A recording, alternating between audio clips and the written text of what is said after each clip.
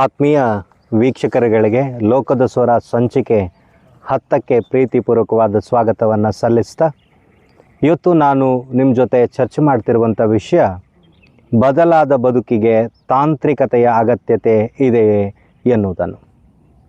ವೀಕ್ಷಕರೇ, ಮನುಷ್ಯ ಈ ಲೋಕದಲ್ಲಿ ಹುಟ್ಟಿ ವಿಕಾಸವಾಗಿ ಬದುಕುವುದಕ್ಕೆ ಆರಂಭಿಸಿದಾಗ ಅವನಿಗೆ ಮುಖ್ಯವಾಗಿ ಆಹಾರವನ್ನು ಹುಡುಕುವುದೇ ದುಡಿಮೆಯಾಗಿತ್ತು.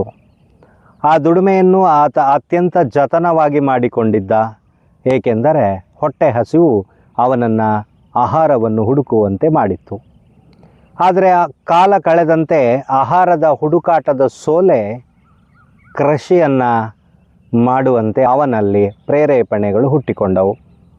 ಆಗ ಅವನು ಬೆಳೆ ಬೆಳೆಯುವುದಕ್ಕೆ ನಿಂತಂತೆ ದುಡಿಮೆಗಳ ವಿವೇಚನೆ ಅವನ ಮನಸ್ಸಿನಲ್ಲಿ ಹುಟ್ಟಿಕೊಂಡಿತು. ಅವನು ಮುಖ್ಯವಾಗಿ ತಲೆಯಿಂದ, ತೋಳುಗಳಿಂದ, ಕೈಗಳಿಂದ, ಬೆನ್ನಿನಿಂದ ದುಡಿಯುವುದಕ್ಕೆ ಆರಂಭಿಸಿದ. ಅವನ ದುಡಿಮೆಯ ಜೊತೆಯಲ್ಲಿ ಅನೇಕ ಪ್ರಾಣಿಗಳನ್ನು ಸಾಕು ಪ್ರಾಣಿಗಳಾಗಿ ಪರಿವರ್ತಿಸಿಕೊಂಡು ಅವನ ದುಡಿಮೆಯ ಜೊತೆಯಲ್ಲಿ ಅದನ್ನೆಲ್ಲ ಬಳಸಿಕೊಂಡ. ಈ ನಡುವೆ ಭೂಮಿಯನ್ನು ಹೊಂದಿದವನು, ದುಡಿಯುವವನು ಎನ್ನುವ ಎರಡು ವರ್ಗಗಳು ಈ ಸಮಾಜದಲ್ಲಿ ಜೀವ ಪಡೆದು ಬಿಟ್ಟಿತು. ಭೂಮಿಯನ್ನು ಹೊಂದಿದವನನ್ನು ಬಂಡವಾಳಿಗನೆಂದು, ಒಡೆಯನೆಂದು, ದಣಿಯೆಂದು, ಯಜಮಾನನೆಂದು ಕರೆದರೆ, ಭೂಮಿಯಲ್ಲಿ ದುಡಿಯುವವನನ್ನು ಆಳೆಂದು, ಊಳಿಗನೆಂದು ಕರೆಯಲಾಯಿತು. ಈ ನಡುವೆ ದುಡಿಮೆ ಅನ್ನುವಂಥದ್ದು ವಸ್ತುವನ್ನು ಉತ್ಪಾದನೆ ಮಾಡುವಂತೆ ಮಾಡಿತು, ಬೆಳೆಯನ್ನು ಬೆಳೆಯುವಂತೆ ಮಾಡಿತು. ಶ್ರಮದ ನೆಲೆಯಲ್ಲಿ ಮನುಷ್ಯನಿಗೆ ಕೂಲಿಯ ಭಾಗ ಎಂಬಂತೆ ಅಕ್ಕಿಯನ್ನು, ಬೇಳೆಯನ್ನು, ಕಾಳನ್ನು ನೀಡಲಾಗುತ್ತಿತ್ತು. ಈ ನಡುವೆ ಉಂಟಾದ ಸಾಮಾಜಿಕ ಸಂಘರ್ಷಗಳಿದೆಯಲ್ಲ, ಅದು ಬಂಡವಾಳಶಾಹಿ ಅಥವಾ ಒಡೆಯ ದುಡಿಯುವವನನ್ನು ಹಿಂಸೆಗೆ ಗುರಿ ಮಾಡಿದ. ಸರಿಯಾದ ಸಂಬಳ ನೀಡಲಿಲ್ಲ, ಕೂಲಿ ಕೊಡಲಿಲ್ಲ, ದೌರ್ಜನ್ಯಕ್ಕೆ ಒಳಪಡಿಸಿದ. ಈ ಸಂದರ್ಭದಲ್ಲಿ ಆಳು ಮತ್ತು ದಣಿಯ ನಡುವೆ ಒಂದು ಸಂಘರ್ಷವು ಹುಟ್ಟಿಕೊಂಡಿತು. ಈ ಸಂಘರ್ಷವೇ ಬಹುದೊಡ್ಡದಾದ ಭ್ರಷ್ಟಾಚಾರವನ್ನು ಉಂಟು ಮಾಡಿತು. ಅವನ ಹೊಲದಲ್ಲಿ, ಗದ್ದೆಯಲ್ಲಿ, ತೋಟದಲ್ಲಿ ದುಡಿಲಿಕ್ಕೆ ಜನವೇ ಇಲ್ಲದ ಪರಿಸ್ಥಿತಿ ಒಂದು ಕಡೆ ನಿರ್ಮಾಣವಾಯಿತು.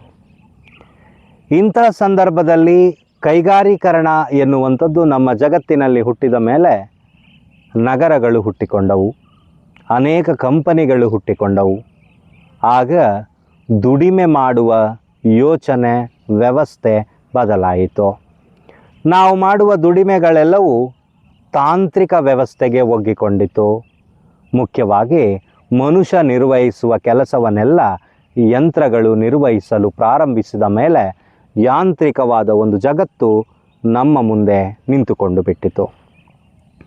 ಈ ಸಂದರ್ಭದಲ್ಲಿ ನಾವು ಬಹು ಪ್ರಮಾಣದಲ್ಲಿ ನಮ್ಮೊಳಗೆ ಅಂಥ ಯಂತ್ರಗಳನ್ನು ದುಡಿಮೆಗೆ ಬಳಸಿಕೊಳ್ಳಲು ಯತ್ನಿಸಿದೆವು.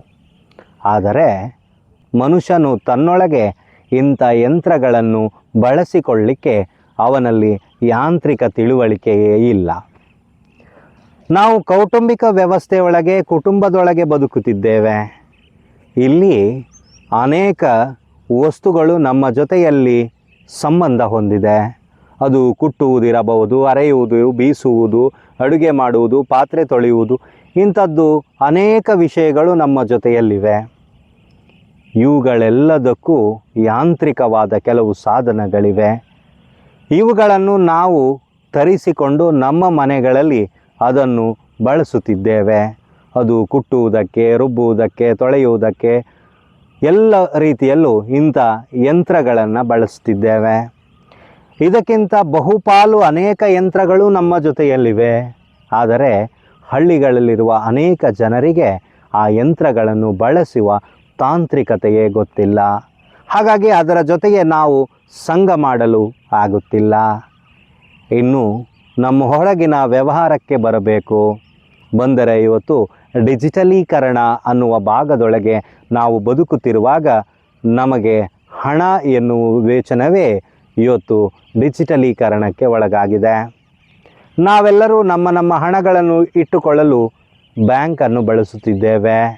ಈ ಬ್ಯಾಂಕ್ಗಳಲ್ಲಿ ಪಾಸ್ಬುಕ್ ಎಂಟ್ರಿ ಮಾಡಲಿಕ್ಕೆ, ಹಣ ತೆಗಿಲಿಕ್ಕೆ ಕೆಲವು ಯಂತ್ರಗಳನ್ನು ಇಟ್ಟಿದ್ದಾರೆ.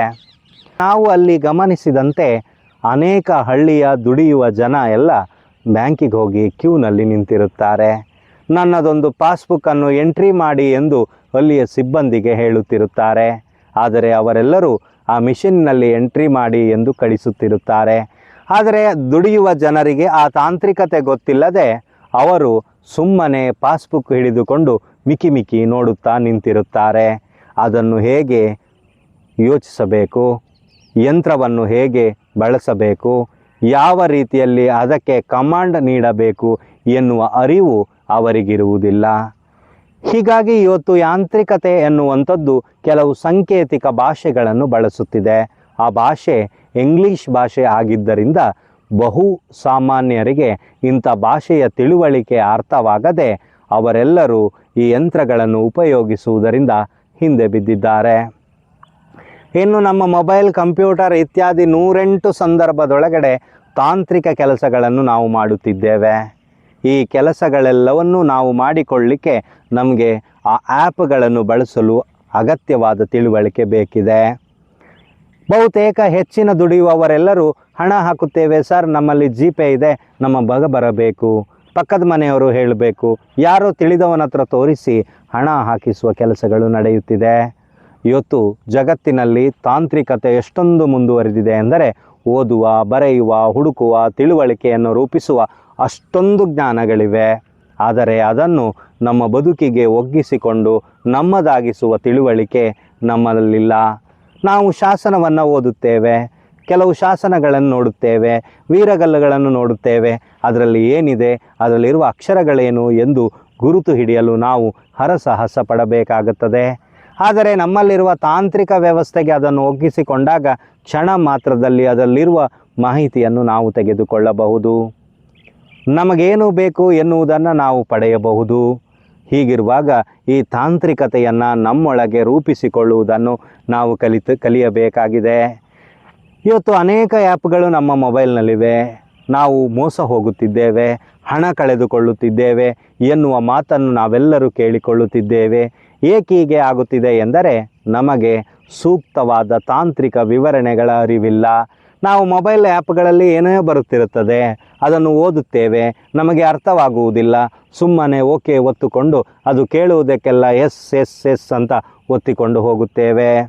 ಆದರೆ ಸರಿಯಾಗಿ ಏನು ಮಾಡಬೇಕು, ಹೇಗೆ ವರ್ತಿಸಬೇಕು, ಯಾವುದನ್ನು ಅದಕ್ಕೆ ಕಮಾಂಡ್ ಮಾಡಬೇಕು ಎಂಬ ಪರಿಜ್ಞಾನ ನಮ್ಮಲ್ಲಿಲ್ಲದೆ ನಾವು ಮೋಸ ಹೋಗುತ್ತಿದ್ದೇವೆ.